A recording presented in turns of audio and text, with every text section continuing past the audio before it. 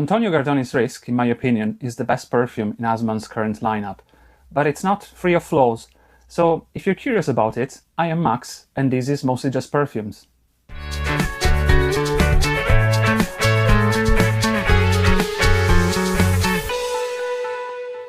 I am back at it. I am back looking at Azman's perfumes, and specifically this time I am looking at Risk by Antonio Gardoni.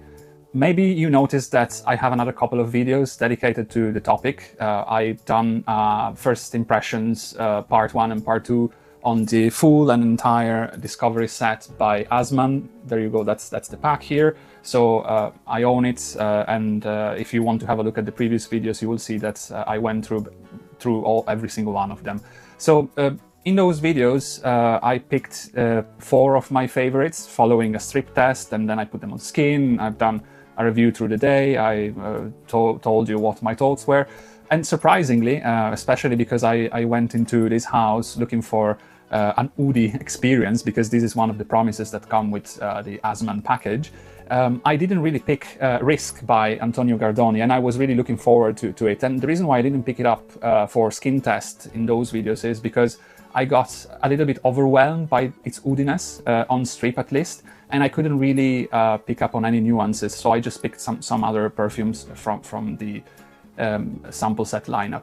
But today I want to give you my impressions and thoughts about Risk specifically. I had the opportunity to wear it a couple of times, just because I was curious to understand what it is about and if it actually develops in something more than just an oud bomb, right? So starting from the initial considerations, what I would cover is why this perfume is called Risk. And this is my interpretation, whilst I checked the notes this time differently from a first impression. So I went through the notes to understand what this perfume is about. I didn't read the brief, I didn't read the why it's called Risk, so I want to give you my interpretation, which is somehow reasoned, right? And I think that there are 3 risk levels here relating to the namesake of the perfume. The first risk, I think it's for Hussein Baba, the owner of Azman, the art director, effectively the curator, to put this perfume in his lineup, right? It is risky because I guess there is a strong oud presence, which could make it potentially unwearable for a lot of people. I think there's 4 types of oud, and this is definitely the oudiest experience that you get from Azman's lineup. Let's make that clear from the get-go, from the first part of this video. So that's one risk for Azman to put this as part of its lineup. The second risk, in my opinion, is the approach that Antonio Gardoni, the perfumer behind Risk, adopted, right? I am getting quite familiar with his work. As of the latter part of 2025, I started exploring a little bit more his production. I like a lot his personal work from Vogue, his own brand, and you can read my a few reviews that I have on Perfume about his work there, so have a look if you're curious. And the reason why I say he took a slightly different approach here, and he took a risk effectively. So if you're not familiar with Antonio Gardoni, he's an architect, that's his background. So as I am familiar with his other works, I can say that he always takes a structured approach where notes unveil themselves whilst the perfume develops and dries down. Here the approach is a bit different, right? It's there is still almost an architectural approach, and I will get into that whilst I talk about the scent profile, but it's not the usual progression of stages. It works a little bit differently. And then ultimately the last risk, so the third one, is for the wearer. It is challenging, but not for the reasons that you might expect. It's not challenging because of the oud, or ouds rather, but due to the way that this perfume works, right? So let's move on to the scent profile then, because this is, after all, a review of Risk as a perfume. So what I will do, I will still spray it a couple of times on my hand, just to give me a refresher of what Risk is. So talking about the scent profile, I think after wearing it for a couple of times now, I can tell you that there are, I would say, 3 pretty distinct stages here, and I can tell you about it straight off the get-go. You get in the initial part, and that's where the most challenging part is, effectively, for the wearer, of course. you get the main pillar of this structure, right, that Gardoni composed. The main pillar, of course, as I mentioned at the beginning, it's the woodier part effectively. There are 4 types of woods. I won't pretend that I can pinpoint and distinguish each one of them. What I can say is that there is less of a barnyard component here, and there's more turpentine. It's a terpenic kind of wood. As it dries down, it tends to become a bit darker. You will get some bitter chocolate nuances, but this is how the main pillar, that is the main part of this composition is, right? And then this will effectively remain across the whole duration of the scent journey. It will stay in the middle, right? So keep in mind the terpenic component, which is, you know, the first blast that you get. And then going back to the challenge. So the challenge and effectively the risk element and the uncertainty, and I think this is the reason why this perfume was called Risk, from my perspective, of course. I don't know what Gardoni was thinking when he composed it. I think there is an element of randomness right here. The main components remain the oud pillar in the middle, 100%, and again, that stays across all the phases that I've been experiencing. But then you have some other nuances that come in, come out, fade in and fade out pretty much constantly for the first 3 hours. And the very first one that we will face here is a very, very bitter yuzu, right? And when I was talking about the first spray, as you might see in me, I was literally, I could almost taste the bitterness of the yuzu in my mouth. So that's how bitter it is. So that's the first component. And then this will alternate with some very dry iris for the first 3-4 hours. I read some other reviews, and some people are mentioning that there are some floral elements. There is a tuberose as well. I can't really get that. Maybe in the latter, in one of the dust phases, once that it dries down, there is a little bit of creaminess. But I think that creaminess really comes from another element that will constantly fade in and out during the first 3-4 hours, which is the civet, quite similar to something that he's used in other of his perfumes. It's not a super pissy, it's not a super creamy civet, but it has obviously that animalic component, and again, it comes in and out for the first 3 hours.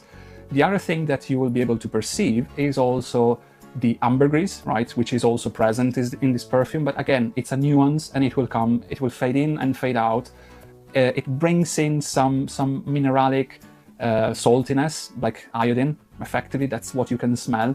And this is the first phase. Again, 3-4 hours, you get these nuances coming in and out constantly. And the interesting thing that I noticed is I had it the other day. I had it sprayed on my arm from my hand to the rest of my arm, and I could smell different nuances if I was smelling my hand, and up to my upper the arm here, I could smell something slightly different. So I think this is the randomness. This is the challenge that Antonio Gardoni defined in this composition. And I think I'm imagining this again. I don't know if this is how it worked in his lab while he was working on it. I think, again, thinking about how his work is done as an architect, right? I think he managed to compose this by defining all the ingredients, all the notes, in a way that they all decay and they all radiate, you know, and they all deplete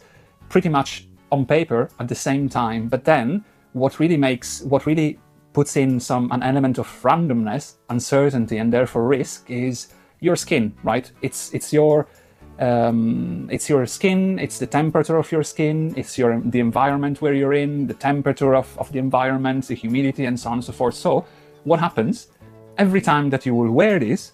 Most likely, depending on all these external factors that I just mentioned, you might get a slightly different experience, right? You will get more of the bitterness, you will get more of the turpentine, more of the terpenic element, you might get more of that mineralic ambergris, a bit of like muskiness from the civet.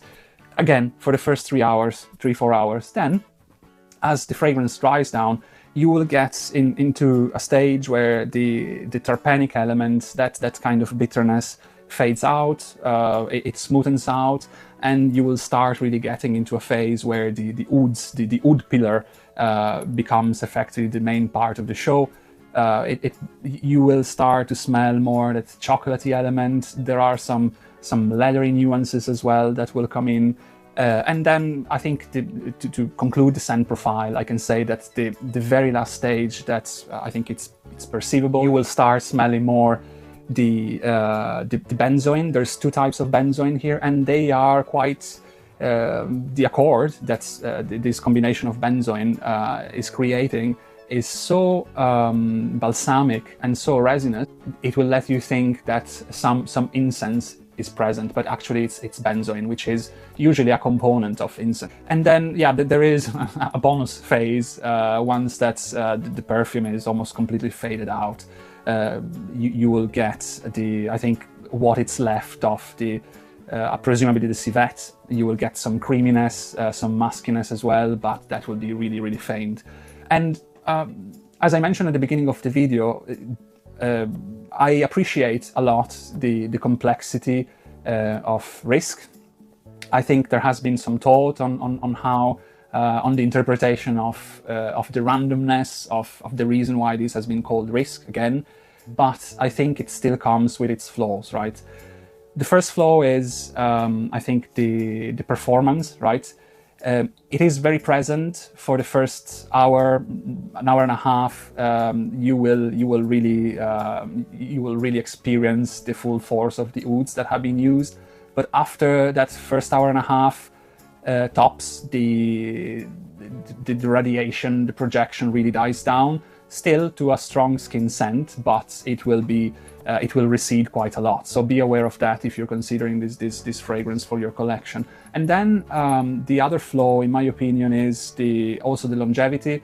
The first three phases that I described, you know, from the initial challenge of the randomness of all the components that I described, then you get the darker phase with the ouds, etc., and then the last phase where you get the benzoinic component. All that unravels pretty much in maybe 6 to 7 hours, and then you get that civet that, yeah, it goes well beyond the 7-8 hour mark, but it's a very, very faint skin scent. So despite the heaviness of all the notes and ingredients that have been used, it really, in my opinion, lasts just enough, right? When I go for this kind of heavier compositions, I always expect a little bit more. Even thinking about the price tag of this perfume, that, by the way, it's around 300 Great British pounds or $400. So keep that in mind for 30 milliliters. So another element to consider. And then I think the most important flaw, in my opinion, is the challenge component, right? The risk component. So I think whilst I appreciate the artistry, the conceptual work that has gone in risk. So again, first phase, I think that's the most interesting part of the perfume, the first of the scent journey, the first 3-4 hours. It's where you get in and out, all these nuances, in and out constantly. And that, to me, yeah, it's very conceptual, it's very artistic, but that is a challenge because I still want some certainty, at least from my perspective. I want to put on a perfume and I want to know what I get. I want to know what experience I get. So this is my challenge when I think of wearing risk, right? But maybe some people will like that element of randomness. I'll just leave here this thought to you for your interpretation. But I think it's fair to mention. So all in all, what I think about risk. So we explored the conceptual part. I explained what I think about the name, why it was named risk, and the randomness component. We went through the scent profile. And so I think the very last question would be, I still think that this is the best within Azman's lineup, but is it something that I will add to my collection? And would I get a full bottle? At this stage, I don't think I will. And this is simply because I have already a bunch of other ouds between oils and perfumes, spray perfumes that is, that I don't think I need another one. But I still think that this is something that someone who wants to approach oud and maybe look into the natural, the more natural elements of it, it is something that is worth considering. Even because if we think about how Azman is positioning itself as a house, and what Hussein Baba discusses and talks about in the description of Azman's approach, he's really thinking about it as the Arabian version of Frederic Malle, right? So you can see that in how, you know, even the other perfumes in this collection. And again, if you can refer to part 1 and part 2 of the sample sets that I've done in 2 separate videos.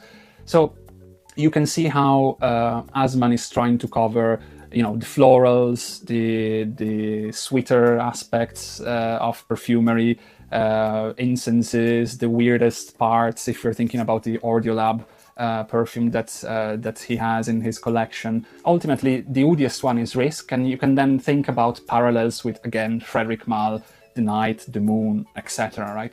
But given the pricing, I think if you're okay with that kind of performance, if you're okay with that kind of initial randomness, which could be attractive for some, I think that still, considering the price tag, it is competing pretty well with what Frederic Malle has to offer, right? It is a very good option. Again, if you want to look into natural ouds, in Risk, I can't really smell anything synthetic. I don't think that there are any synthetic accords being used, and perhaps even this is the reason why the performance, especially in terms of projection, is not bombastic after the first hour and a half. This is like a typical behavior of naturals. If you don't use a lot of synthetics, if you don't use a lot of fixatives, this is how, you know, you can expect something to behave. But on the other hand, if you're already looking into artisanal stuff, then the price justification, again, looking at the price per mil, very bluntly put here, becomes a little bit more of a challenge from my perspective. We are talking about like £10, 10 British pounds per mil, $13, $14 if we translate that into the other currencies. And you are into artisanal territory, right? And looking at my experience and thinking about people that I know, if you are looking at that kind of price, you know, people tend to want to experience more like stinkier stuff, muskier stuff, etc. But this is still a good option. It is more gentle from that perspective.